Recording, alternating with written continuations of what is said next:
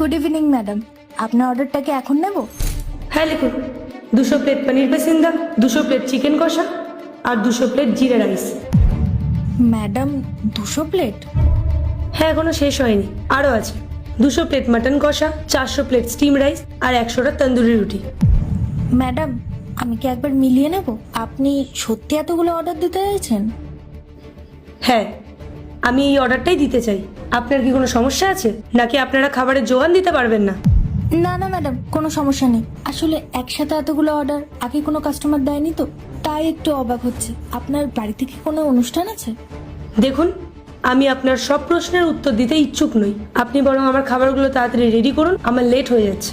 Okay madam, আমি এখনই কিচেনে আপনার অর্ডারগুলো বলে দিচ্ছি। স্যার, স্টোর রুমের চাবিটা দিন, অনেক বড় অর্ডার এসছে, অনেক জিনিস বার করতে হবে। স্টোর রুম খুলতে হবে? কত বড় অর্ডার যে স্টোর রুমের কথা মনে পড়লো? স্যার অর্ডারটা ছোটখাটো না। 200 প্লেট পনির পাসিন্দা, 200 প্লেট চিকেন কষা, 200 প্লেট মাটন কষা, সাথে 400 প্লেট স্টিম রাইস আর 100টা তান্দুরি রুটি। বলো কি, এত বড় অর্ডার? এতগুলো খাবার একসাথে কে অর্ডার দিয়েছে? কোনো ক্যাটারিং সার্ভিস নাকি? না স্যার, ওই যে সামনে ম্যাডামটা বসে আছে উনিই দিয়েছেন। একা বসে আছেন কিন্তু অর্ডারটা বিশাল। Excuse me. স্যার ম্যাডাম ডাকছেন, আমি আসছি। কি ব্যাপার, কোনো সমস্যা হয়েছে নাকি?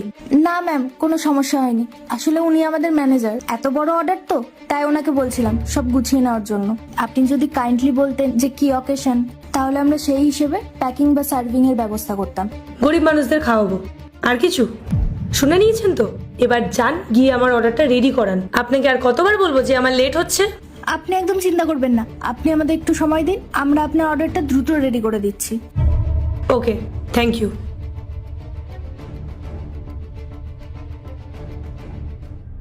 স্যার প্লিজ স্টোর রুমের চাবিটা দিন, উনি কিন্তু এবার রেগে যাচ্ছেন। ঠিক আছে, এই নাও চাবি, তুমি গিয়ে অর্ডারটা রেডি করো। Excuse me ma'am. হ্যাঁ বলুন। ম্যাম, আপনি এখনই একটা বড় অর্ডার দিলেন। আমি কি জানতে পারি যে আপনি এত বড় অর্ডার কেন দিলেন? মানে কি করবেন আপনি এত খাবার? আরে আপনাদের প্রবলেমটা কি? আমি যখন খাবার অর্ডার দিয়েছি চুপচাপ সেটা রেডি করান, সেটা না করে এখানে এসে আমার কাছে কৈফিয়ত চাইছেন। ম্যাম, আপনার আমার কথায় খারাপ লাগলে আই এম সো সরি, কিন্তু এখনই আমাকে ওয়েটার বলল আপনি নাকি এই খাবারগুলো গরিবদেরকে দান করবেন, আর তাই যদি হয়ে থাকে আপনাকে এইভাবে অর্ডার দিতে হবে না। আমি বরং পার্ট 2 দেখতে সাবস্ক্রাইব করো ভেলকু 78M।